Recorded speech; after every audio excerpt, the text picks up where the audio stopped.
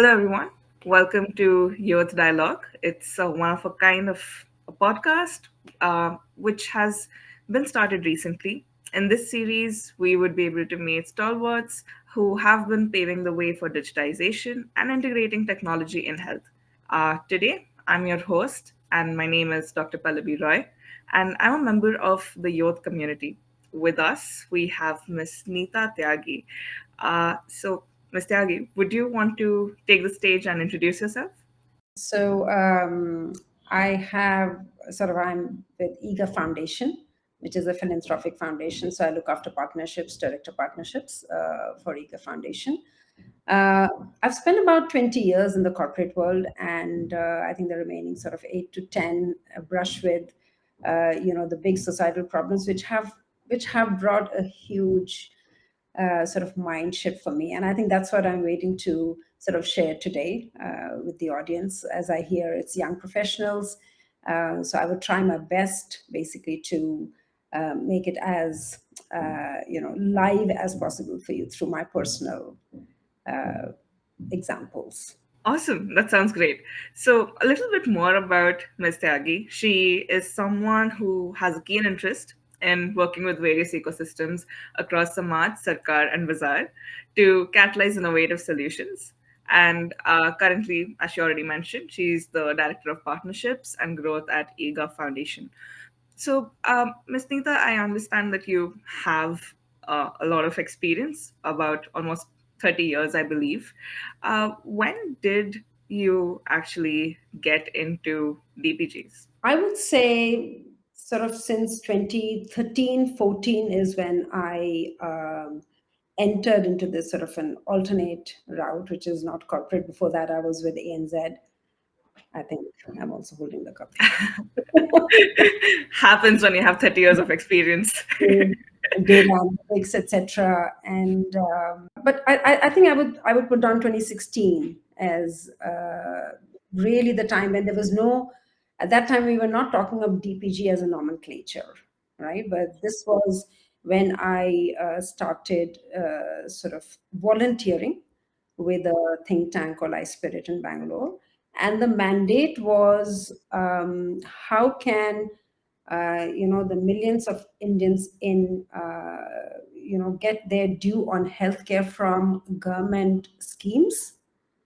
So it is about how governments put out schemes out there, but how does the money reach out to the right people? And I think this was a problem statement, which is very different to what you are in when you are in the corporate world, right? So it is a huge societal problem, and so I think that's when that was my entry point, if I may say. And I think this was I'm very glad to share that these baby steps are what led to Ayushman Bharat digital mission over the years. So that was my first sort of foray into that. And then I started volunteering with eGov Foundation as well, which already is in the space of DPGs, Digit. And I started sort of working on implementation in Uttarakhand. And sort of last 2 years, I have again come back with them to work on DIVOC, which is another DPG by eGov. DIVOC is what gave you your COVID vaccination certificates. Oh, wow. Yeah. So, I think because DPGs, it's a buzzword now, similar to what NFTs were or crypto was earlier. It just makes me wonder, how do you define it? So let's say, since I'm a Yodha, right? I'm a young member of this digital health community, and in case anybody wants to sign up for it, feel free to go to the Yodh website and do that, to be a part of this awesome community of passionate digital health professionals. So, Mr. Agi, I was just wondering, how would you break it down for someone who is new to DPGs? Because I hear a lot about it, and I've tried to read up about it, but Yeah. it's very difficult to put everything together and comprehend what it actually is. And my first message would be don't worry too much about it. Because Okay, that's a relief. yeah, because I mean, I can tell you people who have been in here for decades, and we also struggle when we're talking about these DPGs and DPIs and using these words interchangeably, building blocks, etc. So I do think that the dust will settle at some point in time. But let me take you through how I have understood, this thing. So I was thinking about how in 2016 I came across this work group, where we are trying to solve for millions, on the health aspect. So really, I think the construct is solving societal problems at scale, at speed, and the variety of problems that occur. So it may sound very cliched, but I'm going to use COVID, right? Because it is something that nobody saw, right? It was a new problem altogether. And if you look at it, I spoke about DIVOC, which gave you your untamperable, certifications. Now imagine if they were to be done for select people, a part of population, and not for the rest. That would have caused havoc, right? And who would have got access to it, etc. Or did we have time to do a pilot and then kind of scale it up? So, and here is very recently I heard a very senior bureaucrat in Odisha saying that pilots never fail, pilots never scale, right? So, all right, so and it really made sense with DPGs because DPGs are all about scale, right? Right. Now, the subconstruct to that is you achieve scale of this, of this scale, basically by distributing the capability to solve, and not as so. This really hit me in 2016 when I came across this notion as I started working into this, because when you're in the corporate world, you are looking for you solving all the problems, and that's how the profit, etc. So it's a real mind shift that now you're not solving, you are distributing the capability to solve, because then you start talking about shared assets, shared resources, something that anyone can have access to, take it and build um, solutions in their own context, because any solution that comes from the top you know doesn't get adoption, as we have seen a number of times. So let me also share during this time, which will really make it clear for you what I'm talking about. So I worked for some time with Ministry of Health at the center, and this was for the launch of a non-communicable disease app. Right. Now, as we are building this app, obviously the users are the frontline health workers, as you know, ANMs, right? Yes. I was very surprised that there is no single source of truth for ANMs. So you go and ask somebody else, right? Another program which runs it. And obviously this is not now updated. So you have to, there's no ready reckoner that I can say, hey, okay, my app is, from technology perspective is ready, but in terms of the users, there are so many technology systems across India which are run by these health line workers, but there is no single registry, if I may say, which different players. Every time I have to reinvent the wheel, and like me, 100 others do that. Leave alone that. When you go on the ground and the ANMs are using your apps, you find that every time they log in, it's a different login. They're collecting the very same information, right? Uh, about people, about people they look after, and though even it may be in the same iPad, but the data is not talking to each other. So basically, you are reinventing the wheel again and again, spending your time in unproductive. So for me, I think it was like, why does one have to reinvent the wheel?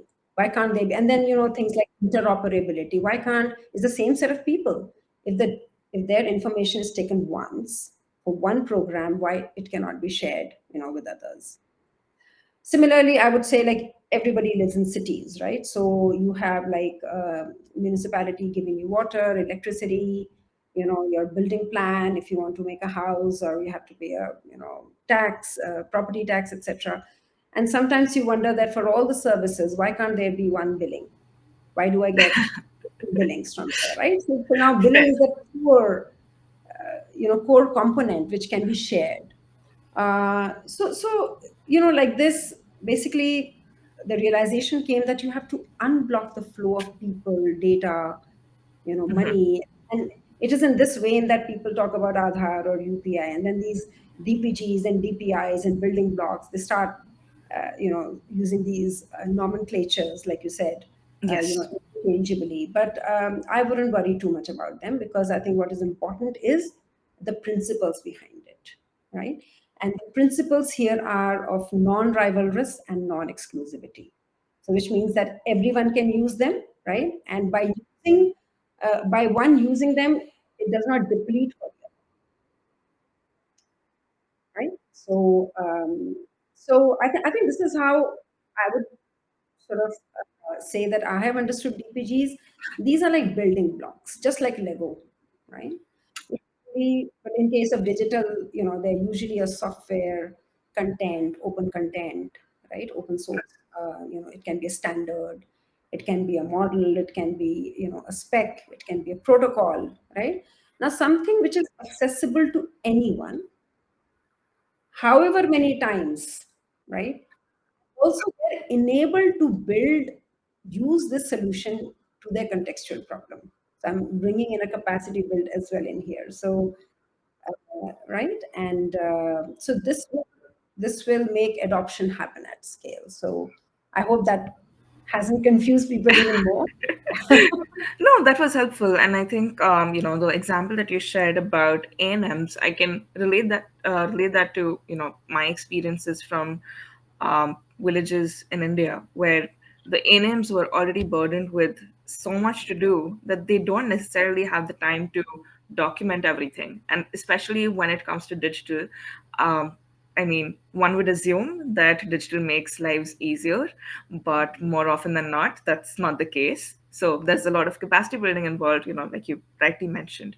I was also thinking about, what you said, from the transition from corporate to the development sector. You realize that, okay, this is a shared responsibility.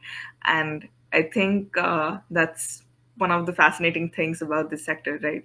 How people come together to solve problems at scale. I think, yes, that really draws me towards social impact. But Ms. Neeta, another thing that you mentioned, about these products being open source, is that one of the pointers? I mean, is that one of the criterion that you must follow to be declared as a DPG? Is there something like that? So I think with DPG, basically, I think one of the key things is, so you can actually build infrastructure using uh, building blocks, and these building blocks may be open source, may not be open source, right? And they may be DPGs or they may not be, right? But I think what really differentiates a DPG first is, do they contribute to sustainable development goals? I think that is the first criteria, because these are the goals that there are about 17 SDGs, and most countries have signed up to them. And what it really means is promoting prosperity while saving the planet. So we know there are a lot of platforms which are open out there, but in terms of harm that they can do to privacy, to democracy, I think that we don't need to talk anymore about them. So it is really a very conscious design, of DPGs. And yes, to your point, they are open source because the key thing is accessibility. So there are about 142 DPGs today, as per the DPG Alliance. And there is a very strict criteria, if I may say, of 9 requirements or indicators. And so so things like open documentation.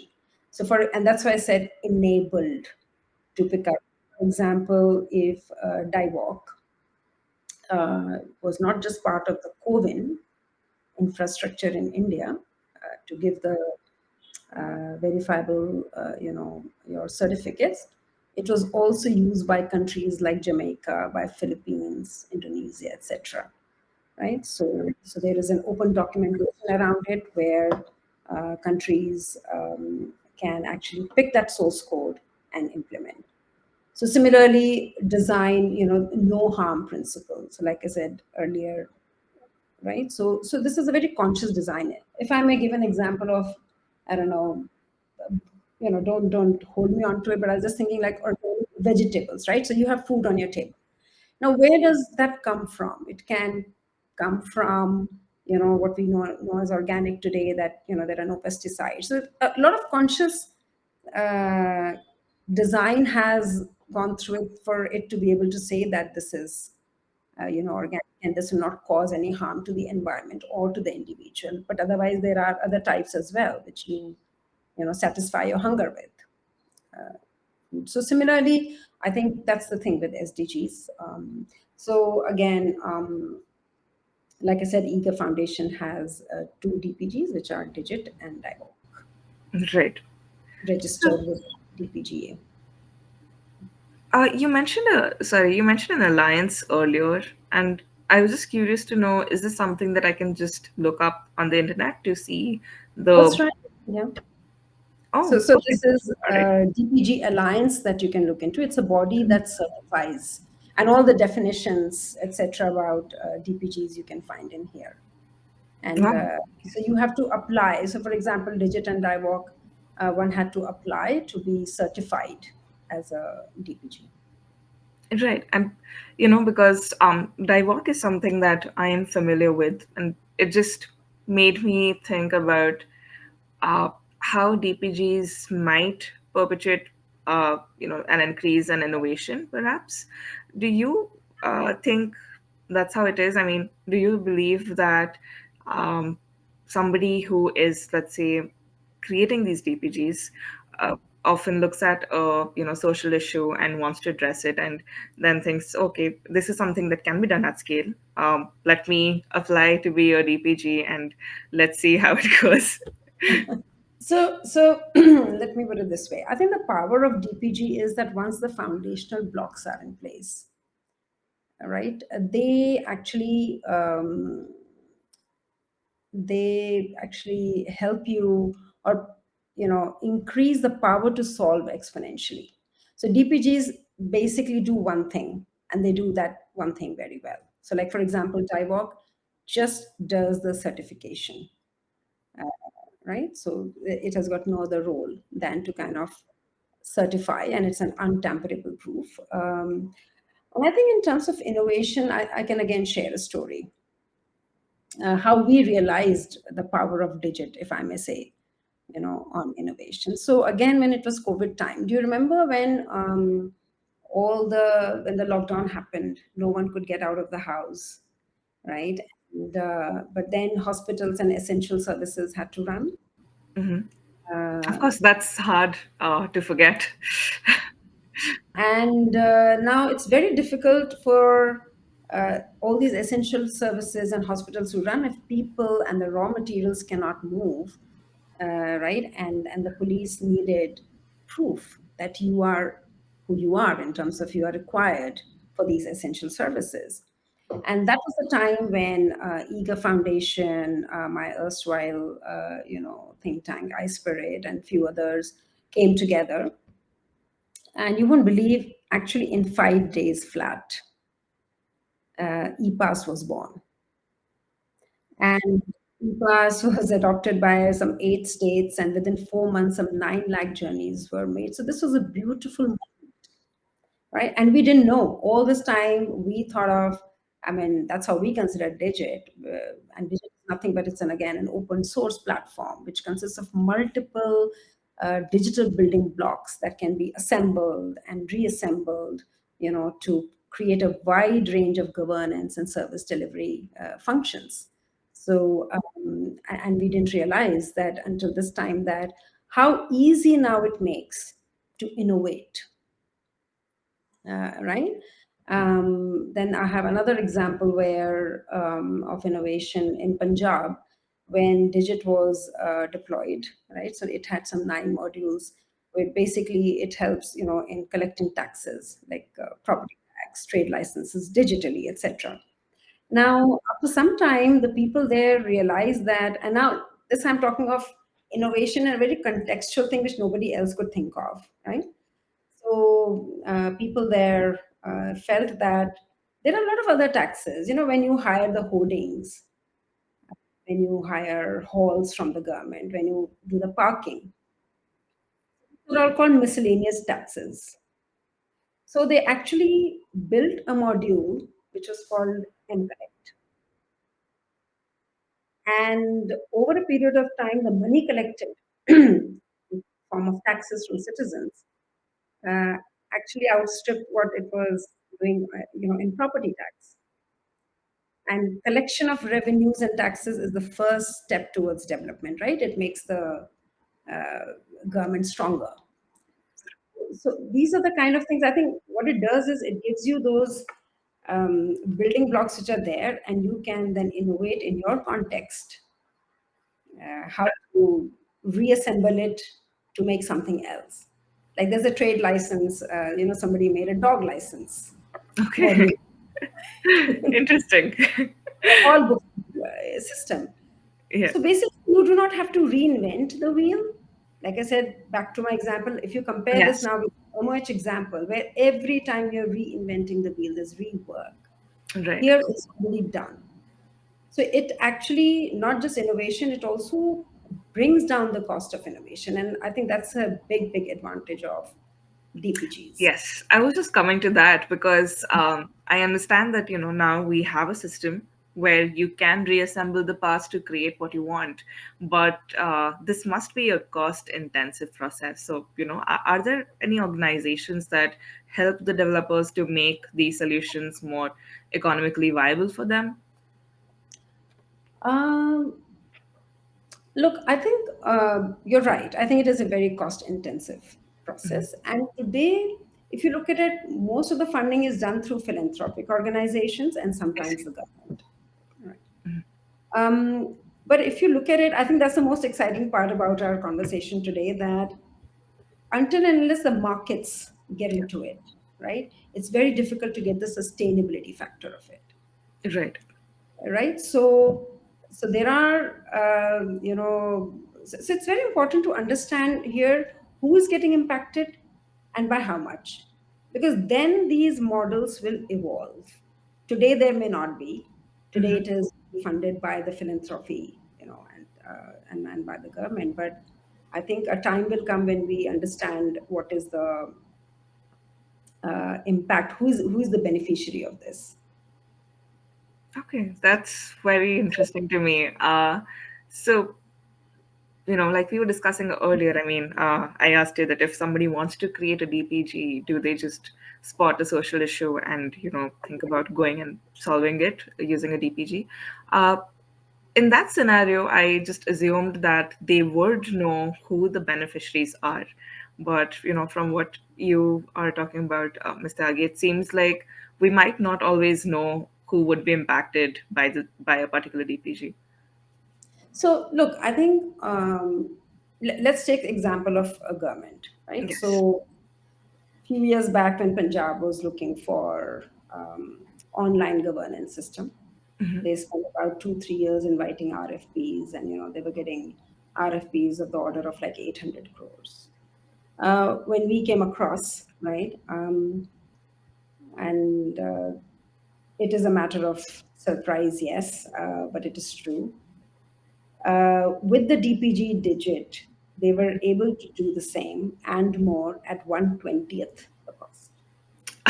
Wow. Okay. Right? Now I see. Yes. Money saved is money earned, if I can put it in the economics sense of it. And within 6 months, some 170 local, what we call municipalities, they went live on a number of modules which are now offering property tax, trade licenses, public grievance systems, right, for people to, right. So this is how governments benefit.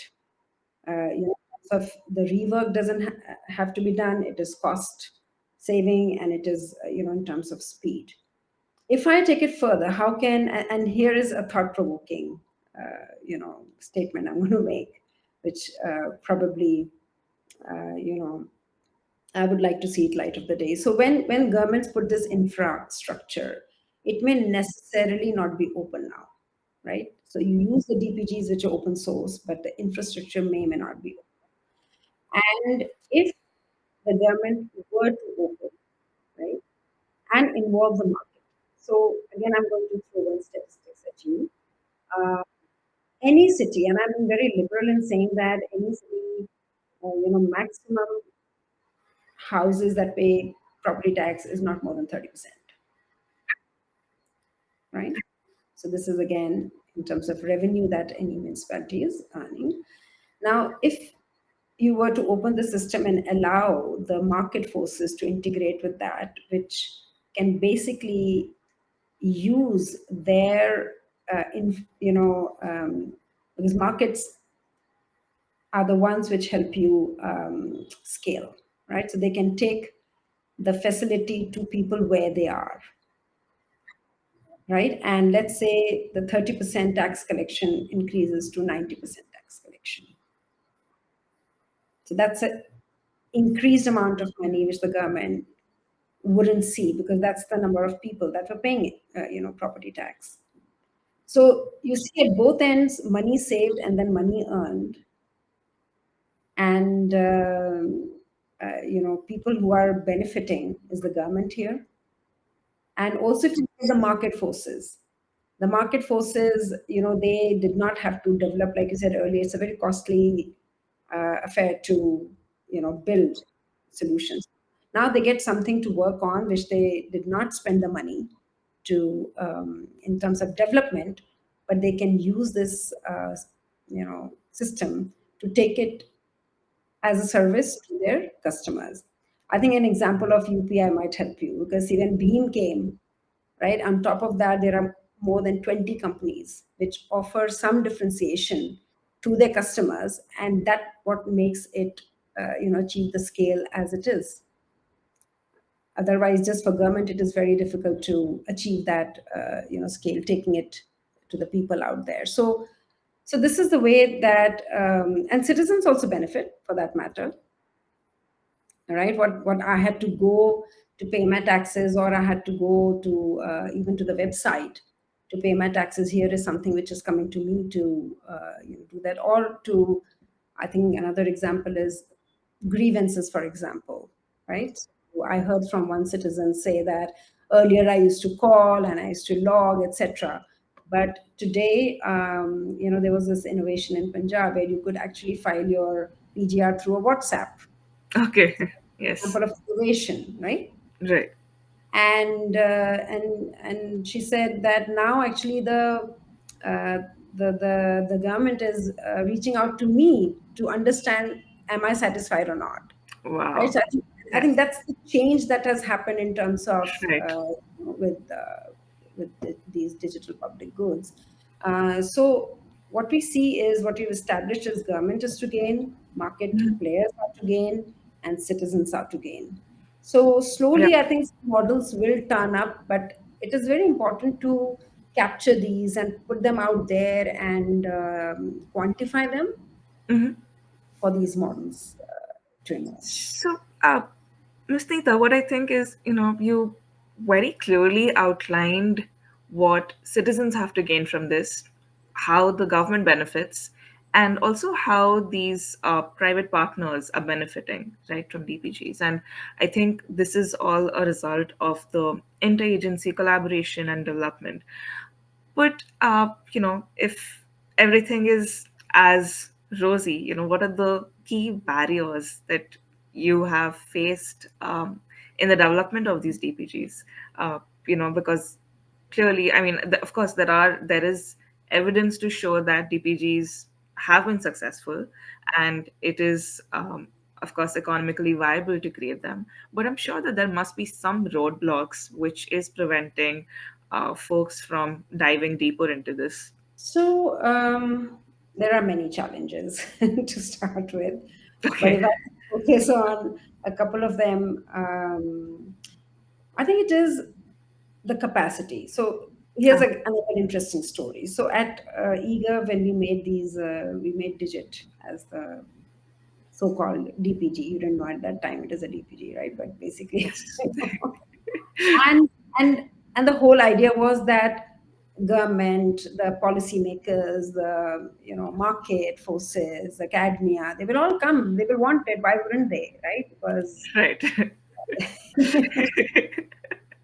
but you realize that you have to teach them, you have to give them some playbooks how to get onto this. So, for example, again, let me help you visualize this. When government makes roads, you get onto it, right? You will travel, and then the economic development will happen by itself, right? So the government put the road out there, and then the economic development happened on top of it, which is the role of an infra, as you kind of put it once you put it out there.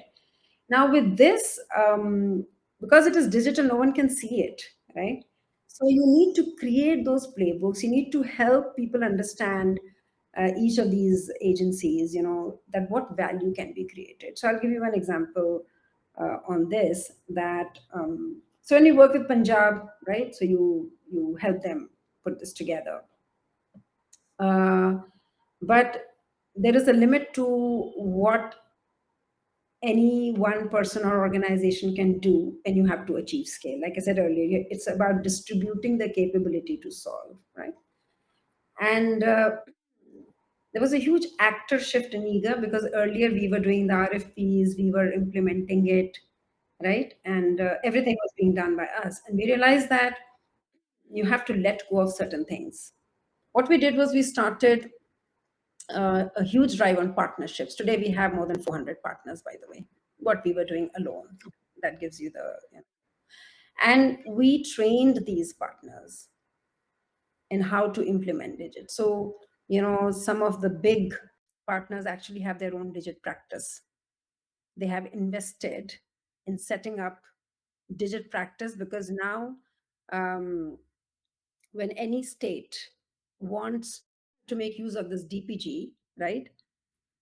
Um, that capacity is now available locally by organizations, on which they can get them to. So I think what I'm trying to say is, local capacity, I think, is a huge constraint. There is a DPG, but how do you get on it? And especially in government, um, you know uh, governments want to do the right thing, but then typically there are constraints in terms of capacity and the capability. So now, if you have fortified ecosystem where that capacity can be provided to you, that can free up or take away that challenge which is there in terms of adopting the DPG. All right, does that make sense? Yes, no, I was actually, thinking about Ayushman Bharat Digital Mission, and you also mentioned it earlier in the podcast. So I, completely understand what it feels like to try and create the value proposition. Like you said, having a playbook for the users and the beneficiaries, because they might not always use the DPG in the way it is intended to be used. And sometimes I think that also paves the way for innovation, because somebody might come up with a different way of using the DPG, which the creator might not have thought of. So, that's just something I was thinking about. But another challenge that we faced during adoption of ABDM, and it continues even now, is privacy. So, with everything that's gone digital, I think there is also this notion of lack of privacy that's attached to it. So, I was just wondering, have you ever come across any strategies in the past, or, is eGov working on something to overcome this issue? Look, I think, given the importance of data privacy, security, a lot of it is at an institutional level that a lot of policies can be drafted, and I think it's a real issue in terms of, I think, um, privacy, because I think what is again important for a country is to have strong data protection acts. Not just that, I think implementation of it and consequence management, etc., and it should be easy for people to adhere to. I think that's the first thing. But I think the second thing which I talked to you about, when the DPG certification happens, I think it has to be incorporated into the design as well. So, and that is one of, and that's where I said, that certification is provided to only those. um, building blocks, which have consciously taken into account, do no harm principle. So, for example, in digit, at least you can see there is a lot of encryption. So no one can see, kind of what exactly, it is all encrypted data which flows in.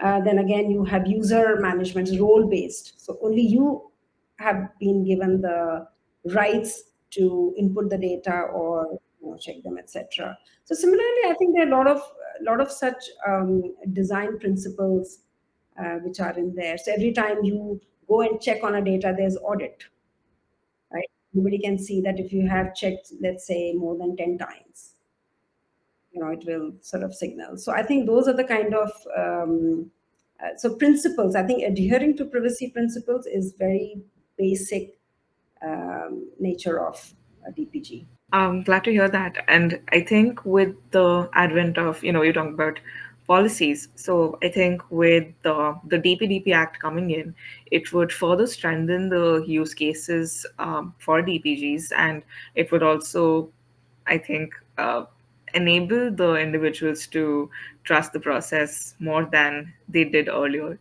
So I think we are already seeing a change in the political frameworks. I think enhancing the trust is what which leads to adoption. Now, again, if I look at the DIVOC, I'll come back to that.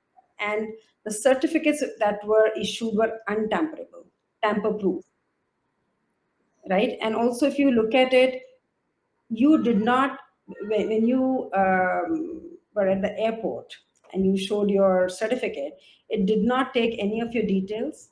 It just, you know basically, it from your QR code, it would tell whether you are allowed to fly or not, right? So I think these are the kind of principles baked in, where no personal information passed from you to the authority wherever you were going across the world when you were on the move. There is no gender divide, right? In terms of, again, anybody can sort of, or there is no economic divide. If I have it on my phone, it is as digital as it is on a paper. So, stuff like that, I think, goes a long way in enhancing the trust, and which leads to the adoption. So you're right, absolutely. I think privacy is something, the more people trust, Yes. will lead to the adoption. Yeah. Yeah. So, unfortunately, to all the listeners and Miss Nita, we have reached the end of the stimulating conversation. Thank you so much, Miss Nita, for participating in this podcast, because, like I mentioned earlier, it's one of its kind, and we hope that all of the listeners enjoyed the conversation as much as I did. So, a big thank you for your generous time. Thank you, Pallavi, for inviting me on this platform, and I really hope it is useful to the listeners. But like I said, again, for decades, people have been working on this. I think do not, worry too much. But I hope some examples that I have shared really go a long way in increasing your understanding of DPGs. And I would insist that each one of you have your own experiences, because that's where you understand with your own context and with your own experience. Thank you so much, Pallavi, for having me. Yes, absolutely. The examples were very relevant, and I hope that all of our yodhas can relate to some of them. Stay tuned to Youth Dialogue. See you, everyone.